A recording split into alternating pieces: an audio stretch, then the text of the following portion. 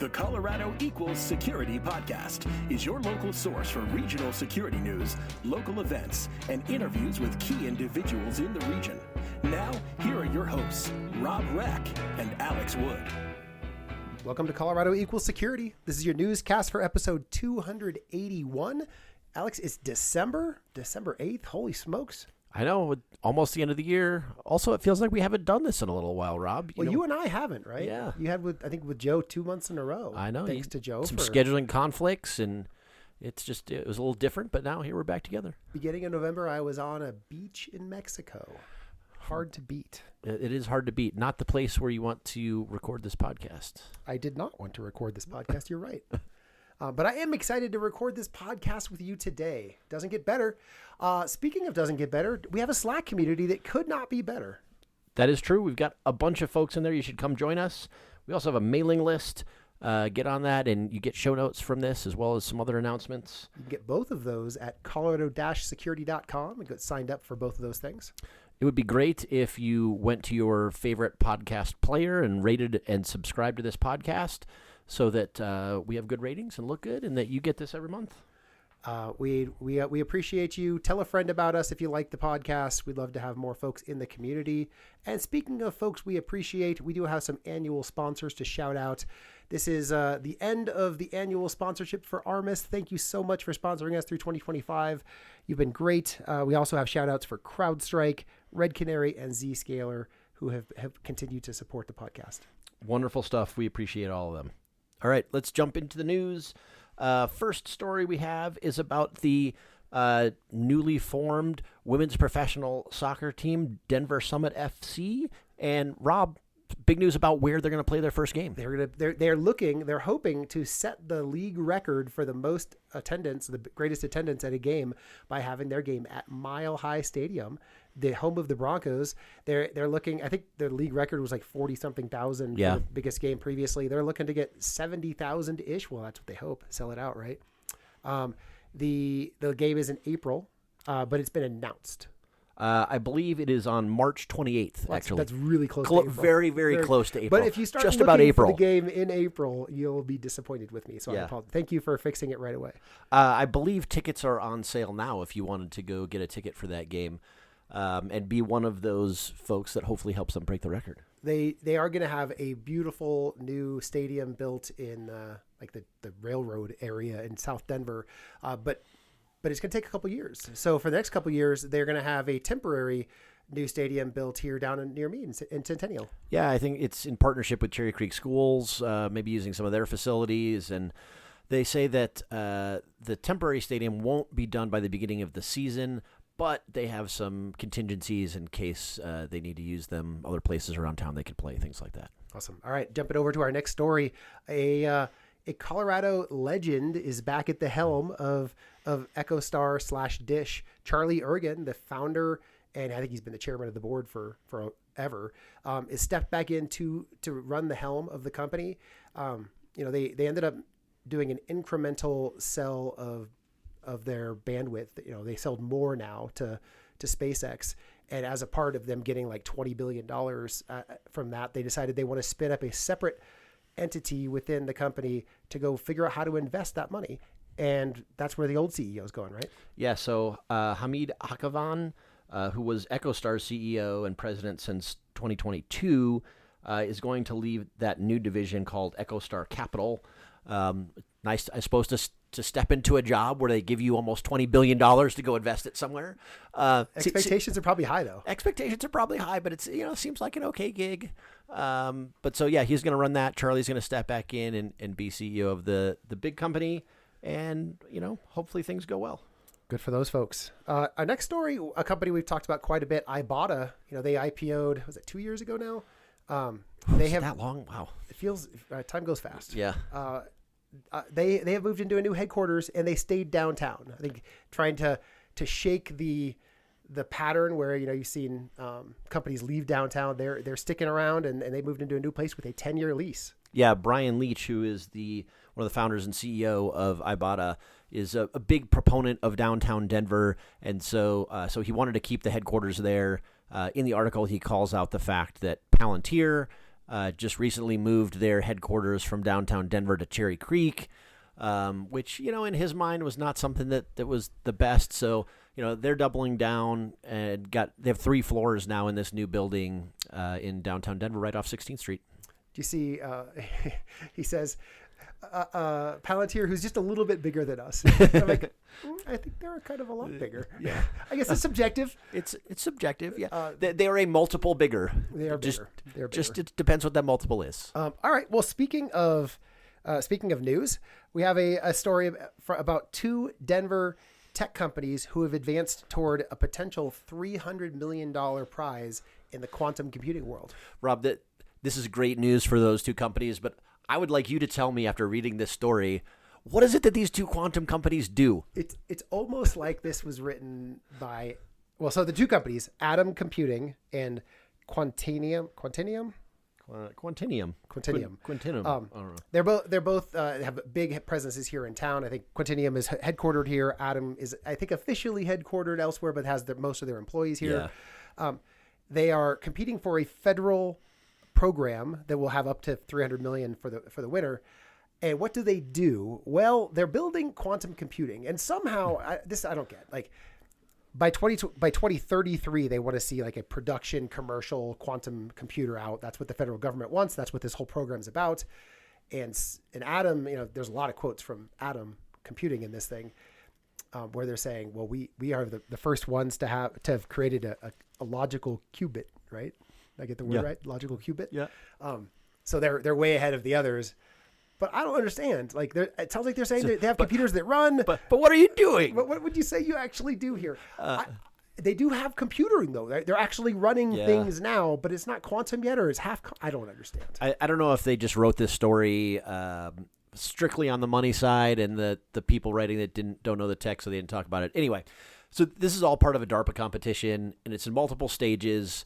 I think they're currently in the B stage, where it's undisclosed, but they could have gotten up to $15 million in funding as part of this B stage, and then they can get up to $300 million in funding for the C stage, which is what they're competing for now. So glad to see these companies succeeding at whatever it is that they do, and we love to have them here in Colorado.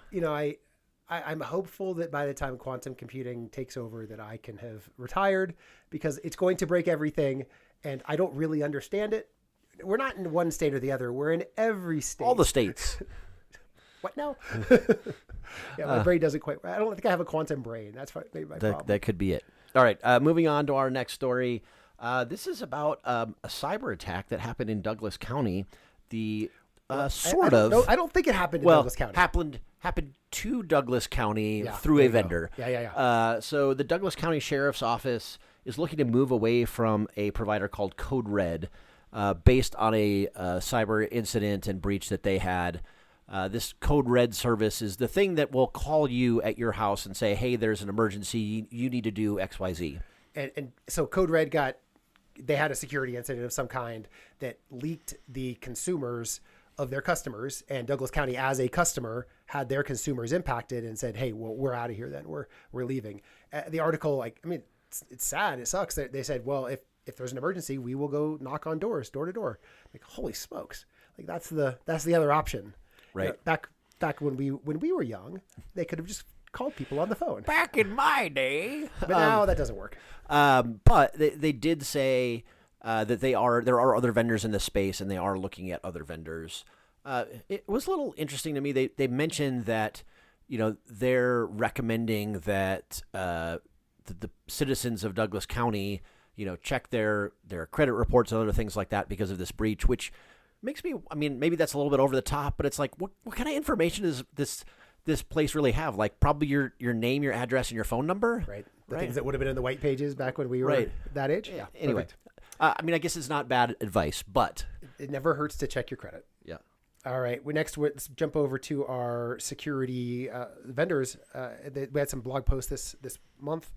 Optiv has a blog post around threat modeling of AI applications and how it is mandatory.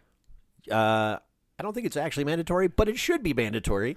He wants it to be mandatory. He wants it to be mandatory. Yeah. Yes, strong language here. Be mandatory. Go ahead. But in the past, there have been different frameworks for threat modeling that you would use for traditional applications like Stride or Pasta. And this is talking about a new framework called Maestro, which is now being developed for AI applications. Maestro, which stands for Multi-Agent Environment, Security, Threat, Risk, and Outcome. I mean, they made it work. They did make it work. They made it fit. They made it work. It's a good name, Maestro. So this is basically, if Stride doesn't work so well with AI, they're saying, here's the model that's going to work much better. Yeah, it's the same concepts. You're looking at the possible threats and bad things that could happen to an AI application. And you're trying to figure out what it is you need to do to prevent those. So, take a look at that, and maybe you'll learn something interesting about how to threat model AI. Cool. Up next, we have a blog post from FusionAuth.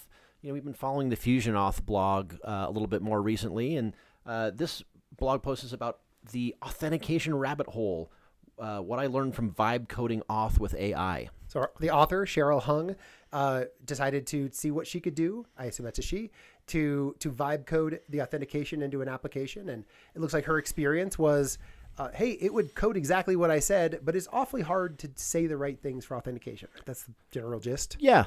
And Cheryl is smart and knows a lot in Auth. And so through this process, had to ask for more and more things because they knew about those things. But if you are someone that is not aware of all of those Auth requirements, you might not know to ask for them, and your application is going to be more vulnerable and potentially not as functional. I think if I were to pick like the two general rules for when you do not build your own thing, it's cryptography and authentication, right? Yep. Like you should use a different tool for that.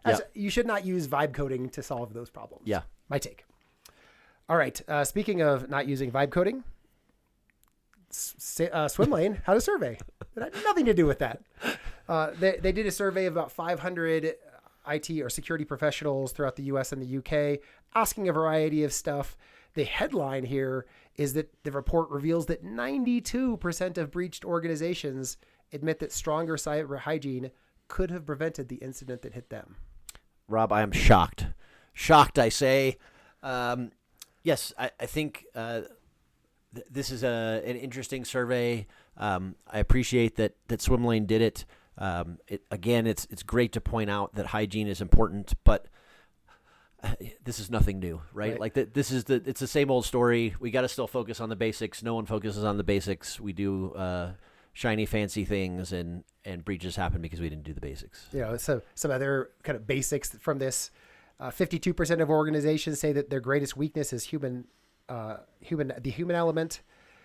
2/3. This one's interesting. 2/3 say that they audit user access privileges quarterly or less often, which made me say to you, are you saying that there's a third of companies that audit more than quarterly? I don't know. Maybe that doesn't mean audit quite in the way I think of. Yeah, and one of the things that I always have an issue with is studies that are just surveys of people. While people's opinions are important, they are just opinions, and gathering a bunch of opinions doesn't make it necessarily fact. Just like us, we have opinions, nobody cares. Exactly. I get it. All right, we have one more blog post. Love this one. This is a Red Canary one from Matt McKinley, a friend for quite a while. Matt's created a new tool. Yeah, so Red Canary, as part of their operations, uses GitHub, and as part of that uses Dependabot. And he created a tool called Dependabot Configurator because while Dependabot is a good tool, it can cause a lot of issues, false positives, other things like that if it's not configured correctly. So Matt wanted to make this tool to help you configure Dependabot at scale. So if you are looking for a tool to help you review your third-party dependencies and not overwhelm your team, maybe take a look at Dependabot Configurator and see if it's a good fit for you. If you're in GitHub, right? You got to be in GitHub. This was always one of my favorite things about Red Canary is building tools and releasing them to the public, right? Yeah. So it's, hey, we saw a problem, we solved it for ourselves. Now everybody else can go solve it easily for them. Themselves as well for free. This is an open source tool. And those who don't know, Matt McKinley is not like some engineer who's working on the product or like a customer facing. He's a security engineer on the security team solving the problem internally, and the company said, hey, let's turn this external. Yeah. So really cool stuff. Good stuff. All right, jumping over. We have next is our events. We have a calendar of events out at, where is that? Colorado-Security, right? Colorado-security.com. You can see, I spent some time yesterday going through and finding all the events for the next 6 months, and there's quite a few posted, so you can go see what's coming up. But in December, we only have 2 events. Yeah, so the first of those, next Wednesday, the ISACA and ISSA chapters are doing their annual holiday party. This is a big party. They've got a lot of other groups along with them doing the party, and you should go check it out. And then on the 13th is the Colorado Equal Security Gives Back volunteer event. And we really appreciate Danica and Ben who have been putting this together. I think we're going to be meeting back at the Red Canary office to have everyone drop off the things we're giving away. We would love to have you donate some stuff to help the needy. There is information on the website. Go check it out if you want to participate in that, if you're not doing that already. All right. Our final bit for this, we do have an interview. We do. Thank you very much to Frank Victory, who sat down with Shane Cox, our friend, who he's been in the community for a long time, moved around between, the enterprise side, over to the vendor side, back to enterprise. Now he's working for a company called MorganFranklin and running their security practice. Excited to hear how that conversation went. Shane has also been a good friend and volunteered for a number of different Colorado Equal Security things, so we appreciate him for that. All right. Well, that is it for us this year. Happy 2025 and look forward to 2026 with everyone in a month. Thanks, Rob.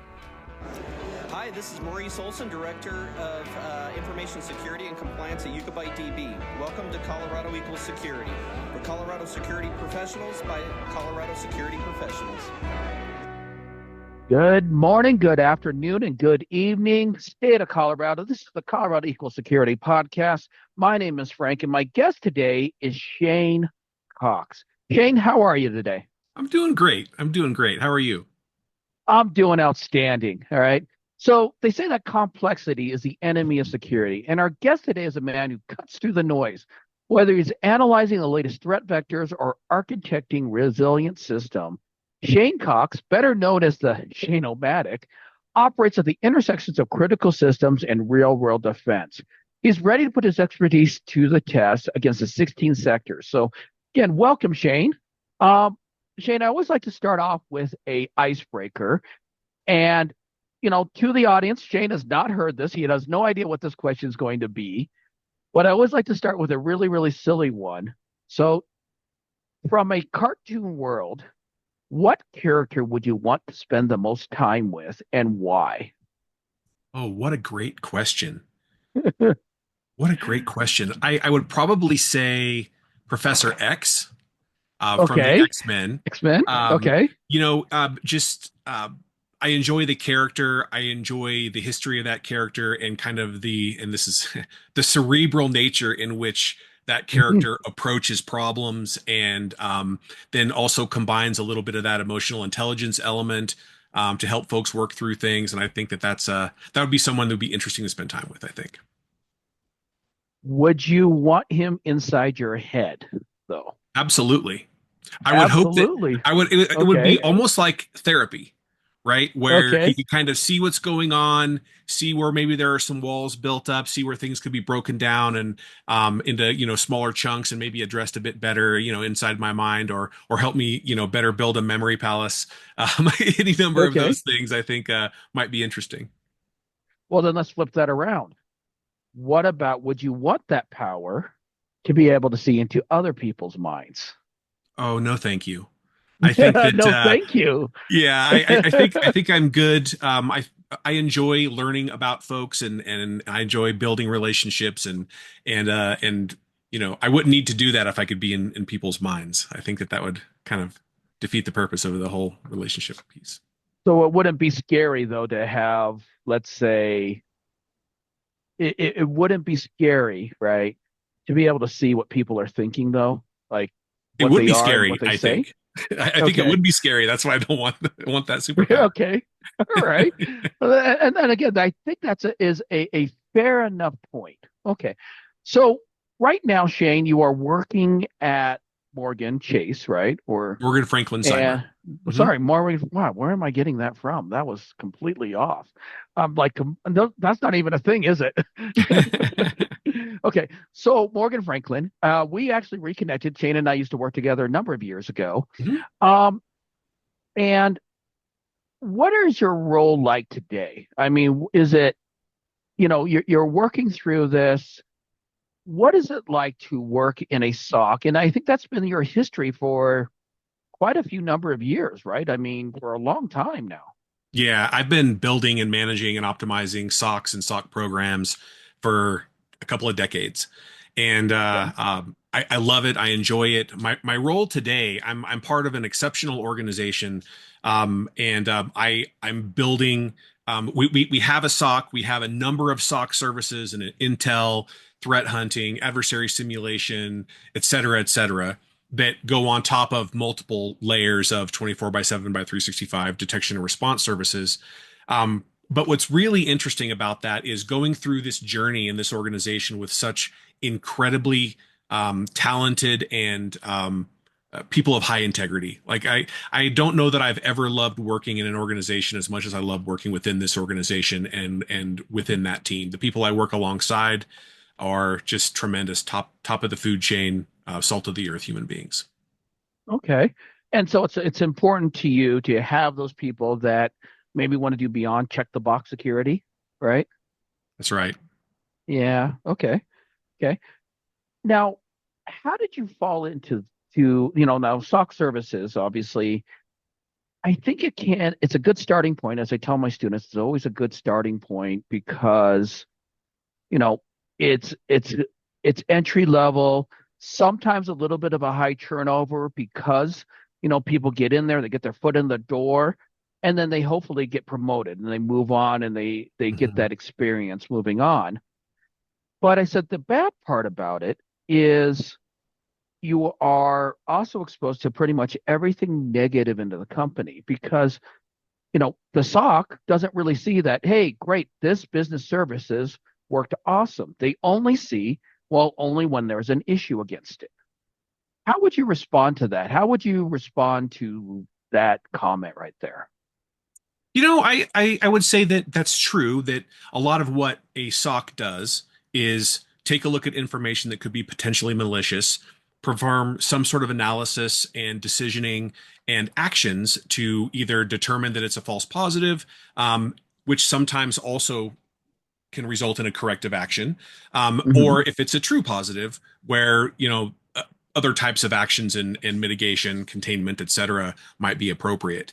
In addition to that, though, a lot of the work that the SOC does, along with services such as adversary simulation and threat hunting, is to actually prove or disprove an organization's exposure or vulnerability to certain types of TTPs and IOCs. And so I think not only does the SOC see some of those bad things, but the information that comes into the SOC and the partnership between the SOC and other areas of the organization, including other service areas, helps to verify and validate the company's posture against certain types of attacks, et cetera. So I think it's really kind of a double-edged sword in the SOC.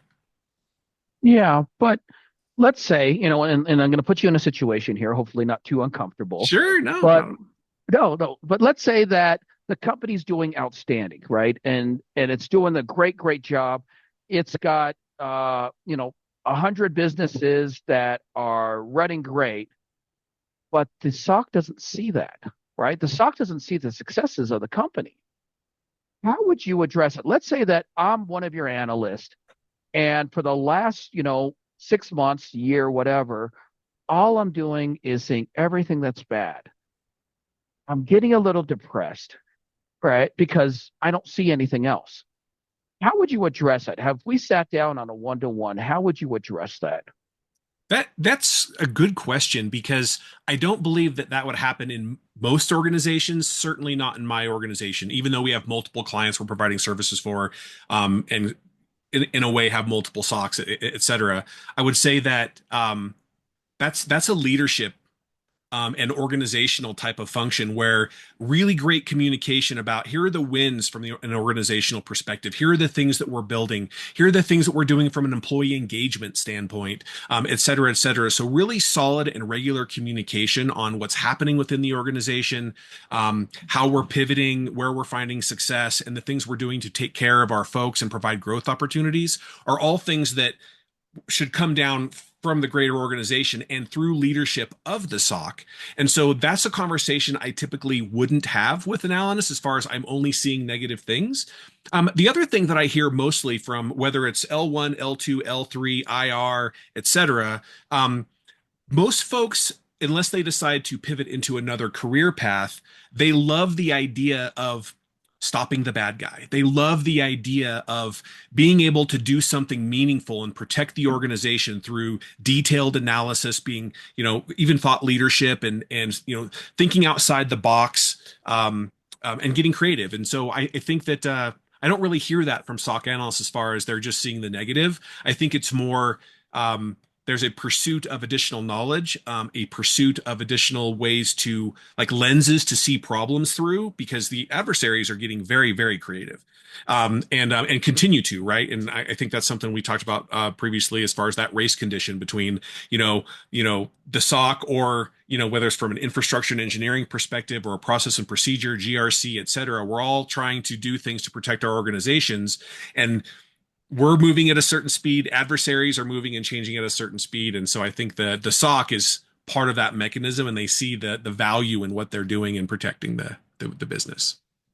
So for all the SOC managers, all the people that are in your position right now that are managing those SOCs, that would be the advice you would give to them, is make sure that they're feeding that positive part of what the company is doing. But I think you also said a very important thing here with making sure that you're stopping those bad guys and showing that success rate. How would you roll that up to your upper management? I mean, if we say, okay, well, we stopped a bad guy, and they may say, oh, great, right? What does that actually mean to me?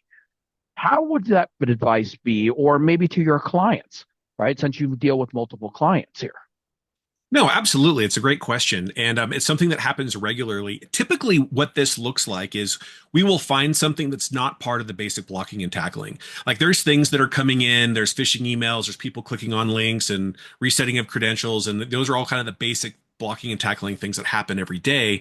But sometimes through our analysis, we'll actually find systems that are almost like shadow IT, that the business or people who should be the owners of those systems don't even know that they're there.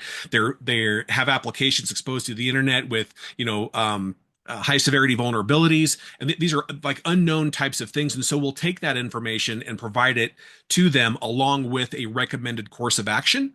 And when that happens, clients regularly will come back and say, thank you so much for going beyond what is expected from the delivery of the services that we're partnering with you on.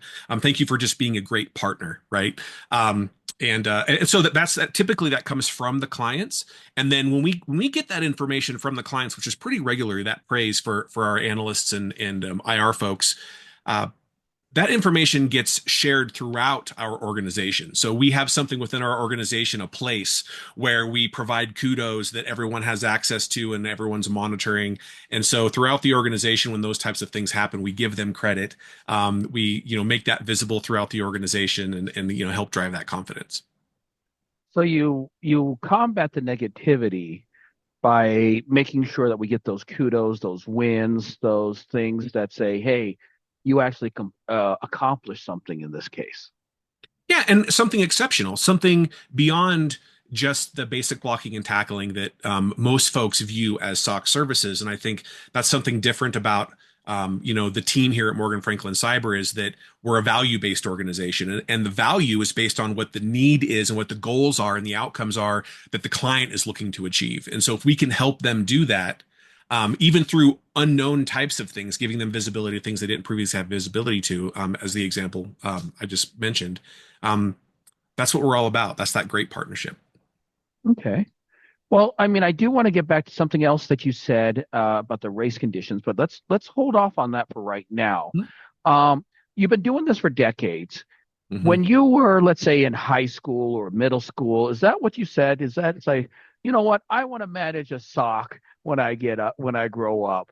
I want to go out there and be this most exciting person. Is that where you go and started from? Well, this is dating myself a little bit, but personal computing wasn't really an affordable thing, or really a thing at all when I was in high school. And So no, I actually thought growing up from 5th grade, I thought I was going to be a marine biologist until I got into my junior year of high school. And I really started digging into what does that mean? And what does that path look like? And what are those opportunities? And I started talking to folks and realized that it's a very large population of folks vying for a very small number of roles. And so that just didn't seem like a great way to start. And so I decided to pivot into a few other things. And ultimately ended up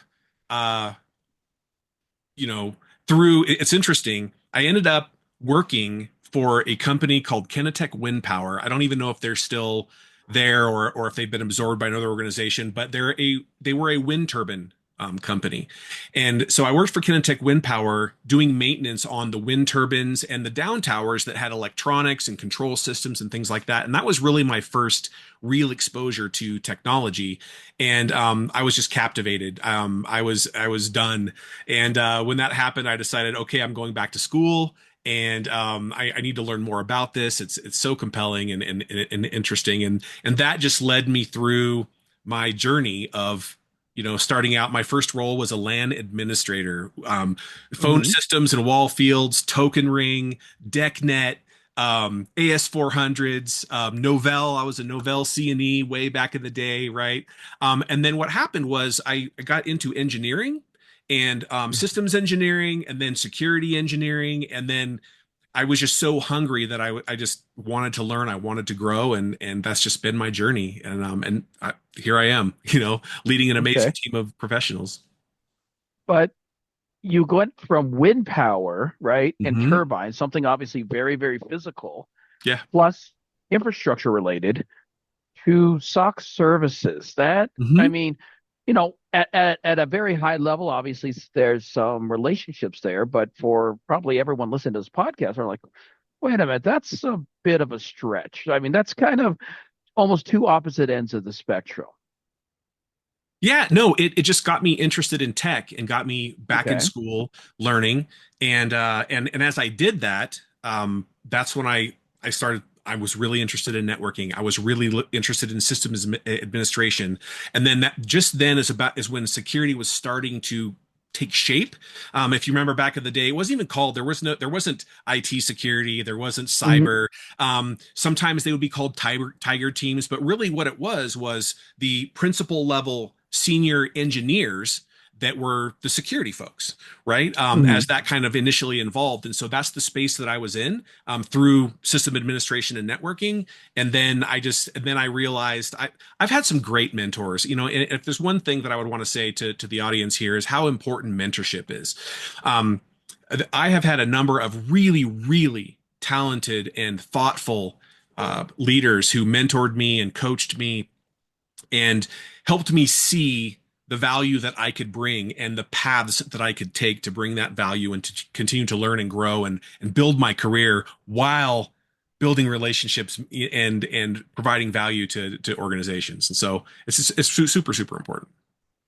Wow. So, of course, we have a lot of parallels within our brains. I grew up I never dealt with DECnet, but I did deal with Token Ring. I did deal with some of the first Ethernets, etc. So growing up with a lot of parallels, but I really want to focus on this last thing that you just said about the mentors. I mean, I have a mentor, right? My mentor, and I'll call him out here. His name's Andy Lewis. He's absolutely fabulous and fantastic person. He has guided me through my journey for probably the last, say 20 years, and really has given me advice, not just on the positive, but even as in smacking me in the face and saying, no, don't do that. You can't do that, right? How does somebody go around getting such a great person? I mean, I kind of fell into it a little bit with, I guess maybe a happenstance meeting, but if you were actively looking for a mentor for everyone that's out here, what would you do? That is a great question. And the first thing that I would say is, if you're employed and you have an organization, I would ask your leaders, ask your HR folks, do we have a mentorship program within the organization? I think that's a really great place to start. There's already some commonality there and a way to make an easy connection. Another way is going to user groups, local security conferences, things like that, and networking, meeting people, and then just asking folks, do you mentor? And is that something that you do or that you have room for? And I think that folks would be surprised at how often they would hear yes. Yes, I do that. Yes, I'm interested in it, and I would love to speak with you more about that type of thing. I find that I get a lot of mentorship opportunities for mentees through internship programs that I'm involved in, and so that's another great way as part of an internship program. See, what's the next step? Oh, is there someone who would be willing to mentor me and help me continue on with my career? So those are some of the high level recommendations that I would make, but it's really all about networking, putting yourself out there, asking the question, being vulnerable. And, more often than not, you're going to hear a yes. Yeah. Well, that's where I think this is a great community. And one of the things that I push over and over again is that the cybersecurity community is very, very giving.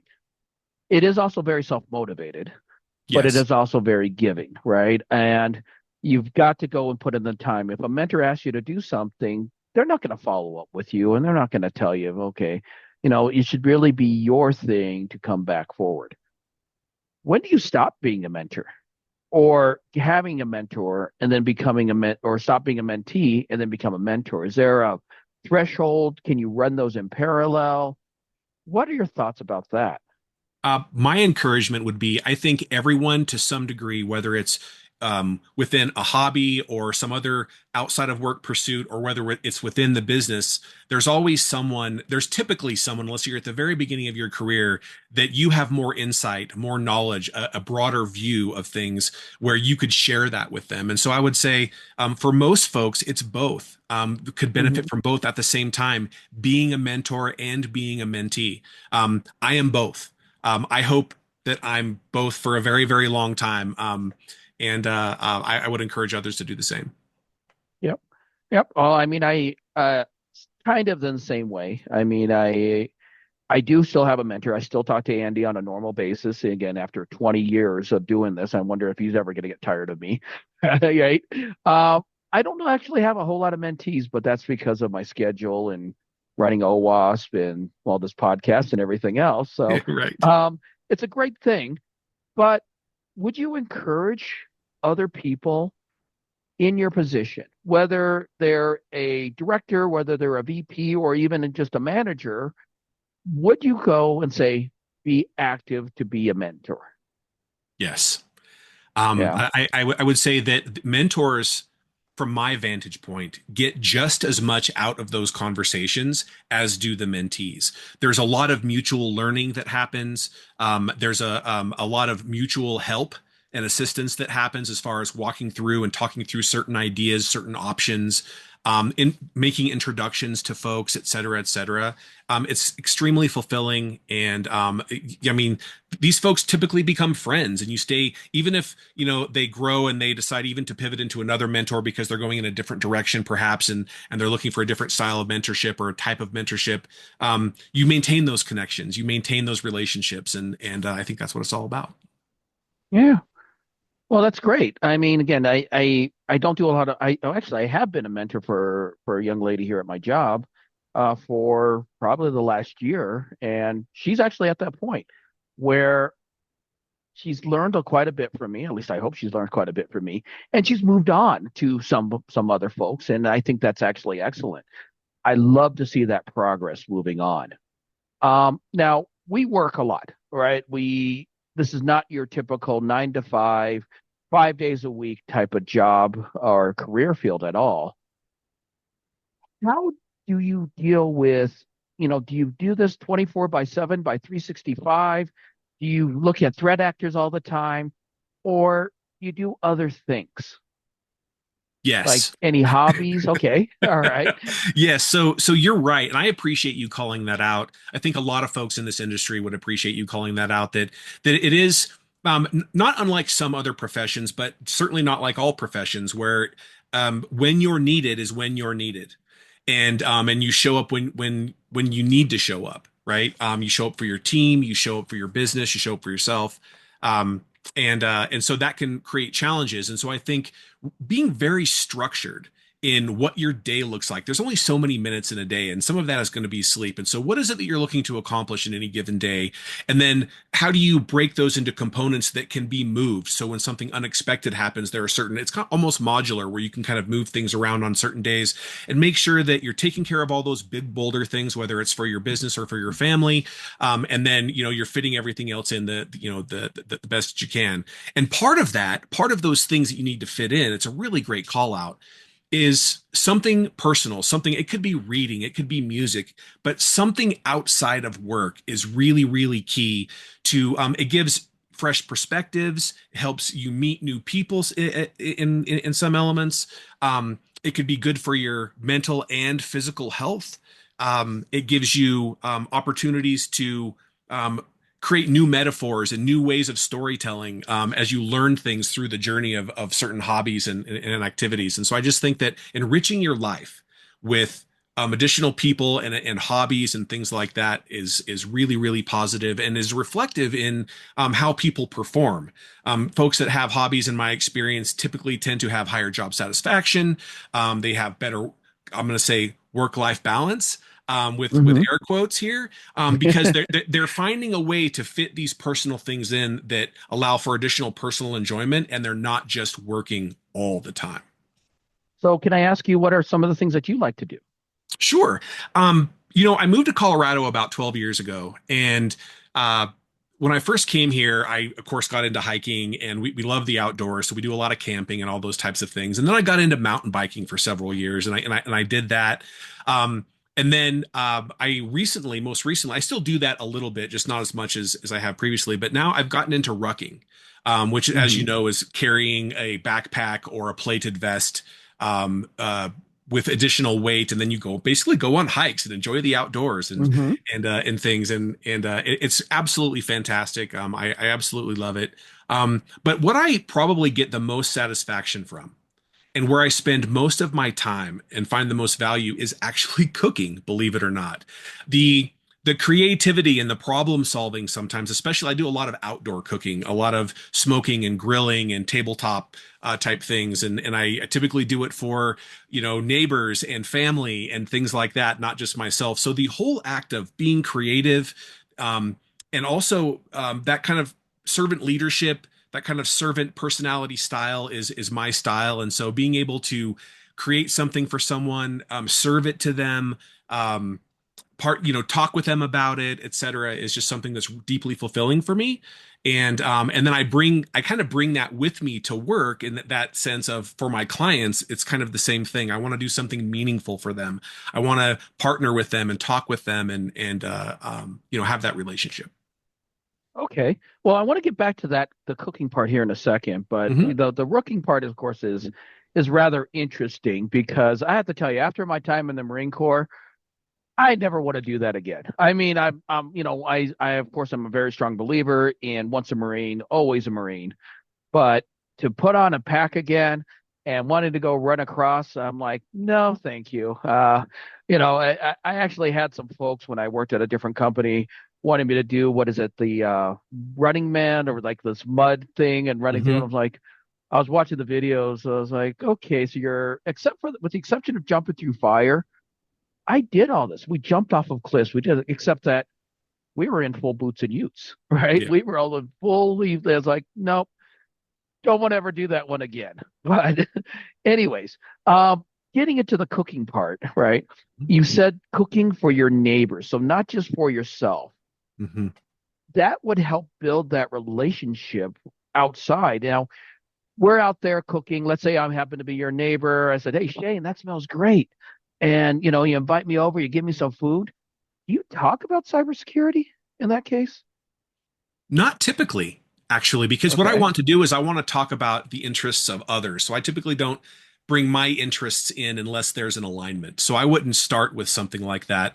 But if we were talking about current events as an example, and someone said, hey, I wonder about this, and I had something to offer, I would certainly lean in and offer, what I know and what I would recommend, as far as it was appropriate for that conversation. But no, I actually enjoy talking about, outside of work, lots of other things other than work, talking about relationships and their hobbies and their families and things like that. Do you ever bring it? I mean, like any funny stories, anything, I burned up a crisp or thing or anything like that. No, anything funny or Specifically for cooking? no, just in general. I mean, if we were sitting in your backyard having a drink, eating some great food, would you, how would you start that conversation or, Well, that's really two separate things. I think the conversation would probably start with, how are you doing? And can I offer you some sort of beverage? And et cetera, et cetera.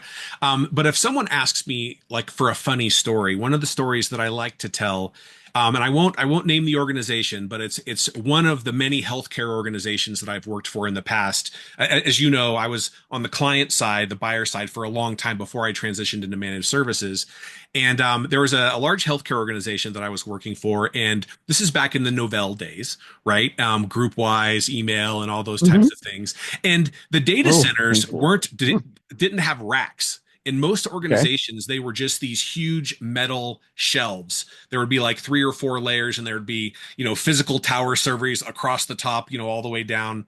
And so I was doing some upgrades. And I was working that night, doing the upgrades after hours, and these old school compact physical servers, they had a power switch on the very bottom. And so what I would do, I had like, 8 or 10 servers that I was doing, and I would type in a command, get that part of the update running. I'd move to the next one, move to the next one, move to the next one. And then I would push off the wall, and my chair would slide all the way down across the raised floor to the first one. Well, in one of those elements, I dragged my foot and turned off over half of the servers with my foot while they were in the middle of updating as I swung by because they were on the floor. And so, of course, a Benz from a, Novell parlance and so rebuilding all of those servers from backup and everything. And so I worked a solid 36 hours from the start of that previous day through the next day until I had everything back up and running. But it was pretty funny, and I had to laugh at myself as I realized what I did and turned all those servers off mid update. But that's one of the funny stories I like to tell. So we can terrify you now by having wheels on chairs in a data center. Absolutely. Absolutely. We can terrorize physical you. Boxes on the floor, right? And physical boxes on the floor. I mean, I don't think you could still top mine where I turned off the Bank of Denver on a 5 o'clock on a Friday. So yeah, I turned off all 3 branches early in my career by pulling a server off. And by the way, I was asked never to come back and work on them again. I wonder why, right? That's how we learn. That's how we grow, Yeah. And I think that for anyone that's made those type of mistakes, you can't let it defeat you. You Absolutely. Can't, you've got to get back up. And I think that's part of being in this industry is always getting back up and giving, maybe being a mentor to people. You're going to make mistakes. Things are going to happen. Things are going to blow up. How would you respond to that? Like, put yourself now, let's say that I'm now the person that turned off all those servers. You are my boss. What would you say in that case, to me? Sure. So, if this was like my first notification and you're working through it, my first question would be, what help do you need? What can I do to help you? Because the what we need to do is just focus on resolution of the issue, like whatever was happening, in as positive a manner as we possibly can. So, what help do you need? Who can we bring in? Et cetera, et cetera. So that's really my first question. When you're in the thick of it, it's all about the team. It's all about solving whatever challenge is in front of you first, and then I think after that, the question is, do we understand what happened? Do we understand how to prevent it in the future? And how do we put things in place to make sure that we train and educate others to make sure that they don't make the same mistake? And then we just move on. We just move on to the next thing. So I would say have a short memory, for those that, love sports. That's a very common thing that you hear. You're on the field and you make a mistake and, have a short memory, get back on the field, get back and, play your position and do what you do. And so that's my style, and it's been pretty effective. I don't think that chastising or finger pointing or in any way being negative, because we're human beings and things are going to happen. And I think what makes a difference is how we come together to solve that problem and build each other up rather than tear each other down. Okay. So go ahead and start off with the positive part. The issue part should come later. Let's fix the problems first. Mm-hmm. Okay. Well, okay. Then let's get into some other things here. Let's take a little bit of a sharp turn here. You're trying to do some constant improvement here. And I understand that you went to an artificial intelligence type of thing, or why don't you tell me about that? Sure. I did the MIT AI for Business Strategy course. Okay. And it was great. I did that just this summer, and it was really fantastic, and not from a nuts and bolts, hands-on keyboard, architecture and engineering of LLMs and SLMs and things like that. It was more, how do you take the potential of AI and evaluate use cases within your organization and determine what is a good use case and what isn't a good use case, and then how do you pursue that? And when do you say, we now realize actually it wasn't as good of a use case as we thought, et cetera, et cetera. And what are the types of data and metrics and outcomes and things that you can either declare and or measure over time to be successful in the implementation of AI? And that's really not specific to cybersecurity. That's really any business use case. So it was a fascinating. I love being around folks that know things that I don't. And so I'm a lifetime learner. And so this was a really great opportunity to meet and hear from folks that have experience. AI has been around for a long time. That there are companies that have been doing significant AI work in the supply chain space since 2017. I had no idea. And there were a lot of lessons learned through those exercises, through those companies, that led to what companies like OpenAI and Anthropic and others are doing now. We're kind of on the backs of the lessons learned from some of those other organizations. And so just kind of learning about some of that history and how it applies and how some of those things apply to business and how to make good decisions on selection, governance, implementation, monitoring and management of AI models and use cases is something that was really terrific. Well, that's great. I mean, and I have to tell you, I definitely know the AI has been around for a long time.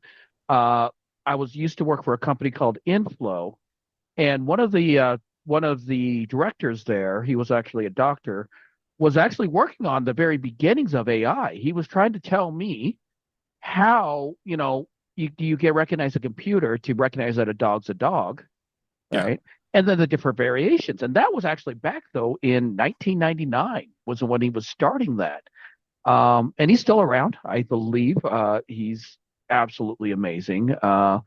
Wish I could remember his name. I know his first name was Yusuf. I can't remember his last name, though. But if he hears this, he'll probably ping me, or hopefully he'll ping me. Okay, so we've got, we're coming kind of short on our time here. But let's talk, before we go to my final question here, let's talk about AI and its effects on society these days. Or I guess maybe the effects of specifically our industry. What do you think? I mean, is AI going to take over the world? I mean, is it, because this is pretty much the conversation I have at every conference I get. Sure. What is AI going to do to us? And since you are obviously now an expert in it, right? What would you say?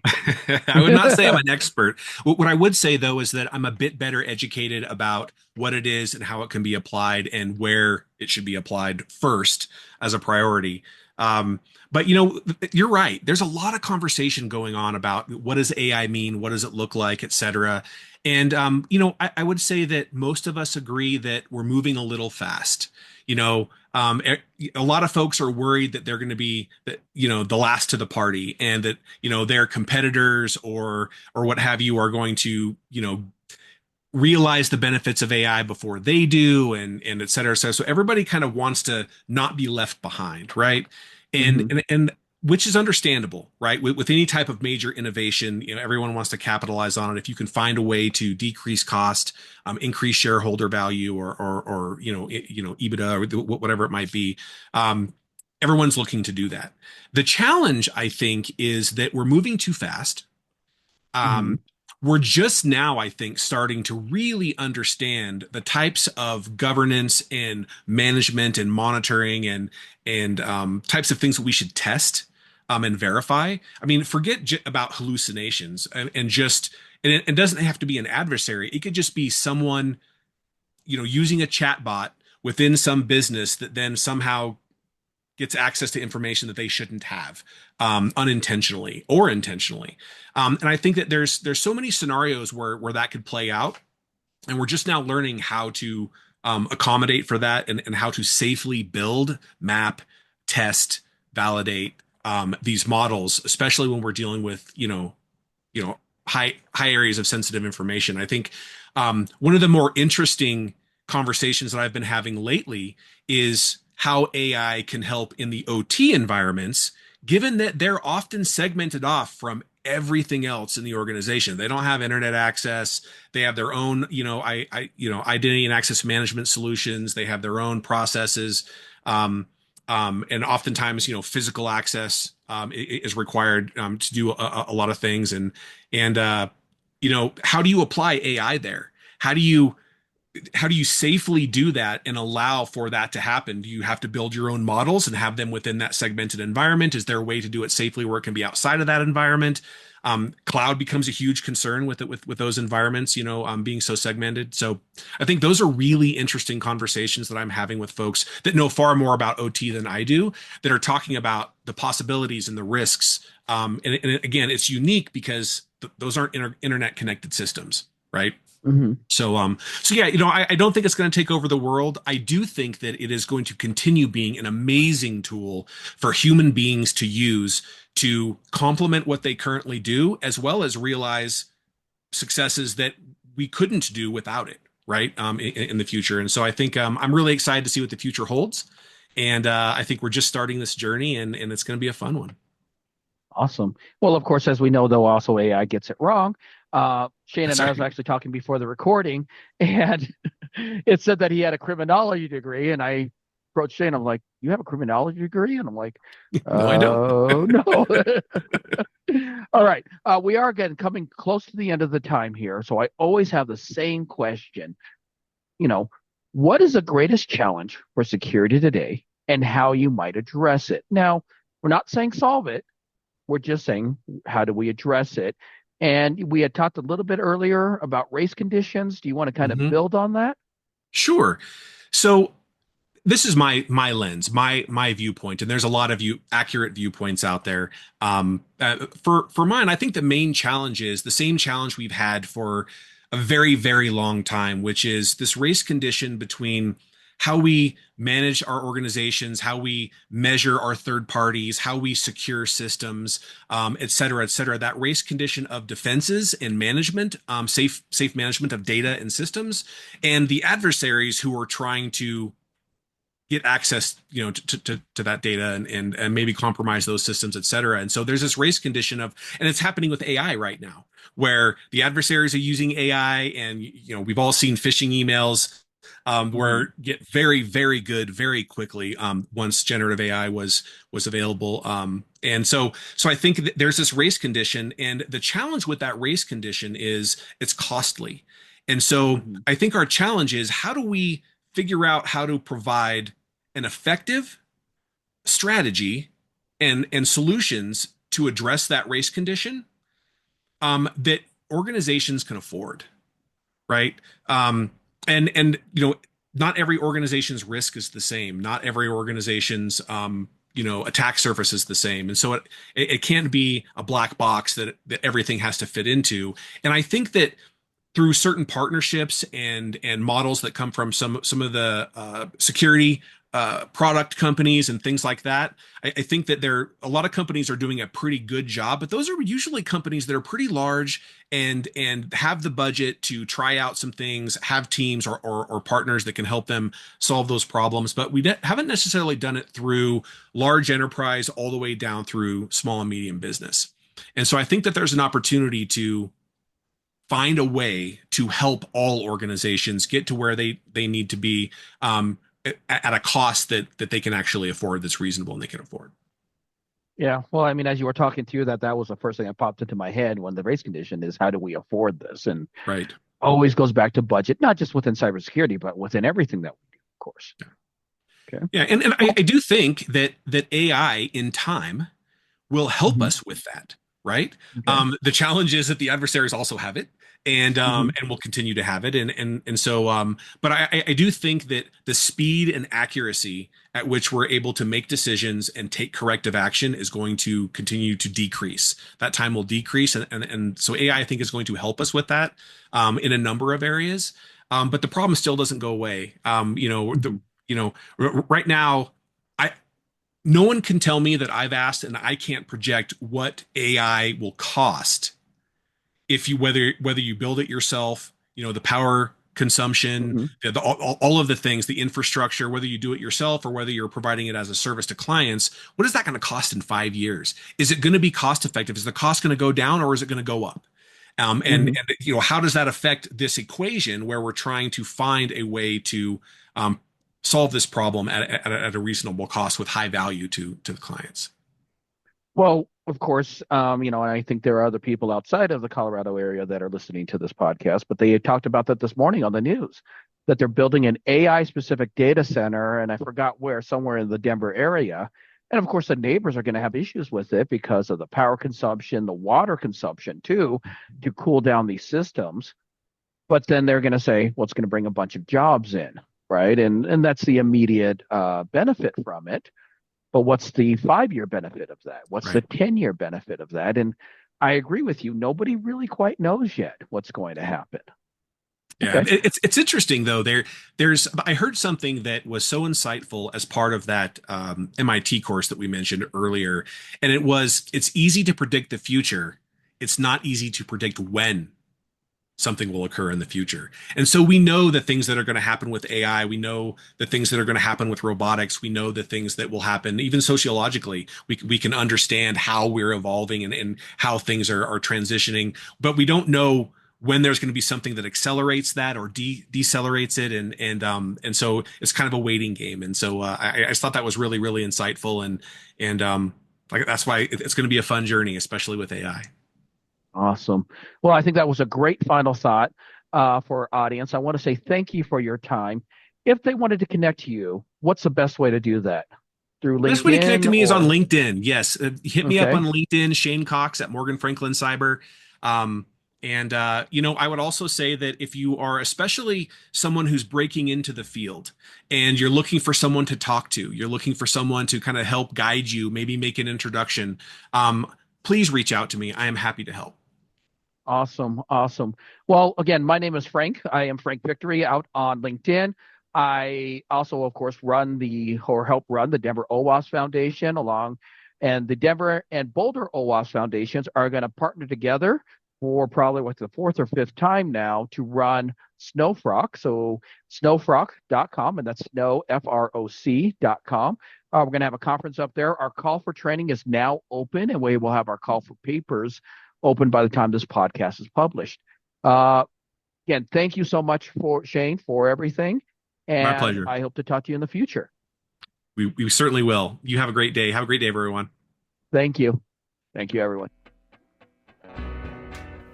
Learn more about the Colorado security scene at colorado-security.com, where you can see information about local security groups, a calendar of upcoming security events, and learn more about Colorado equals security. Reach out to Alex and Rob by emailing info@colorado-security.com. Until next time, remember, Colorado equals security.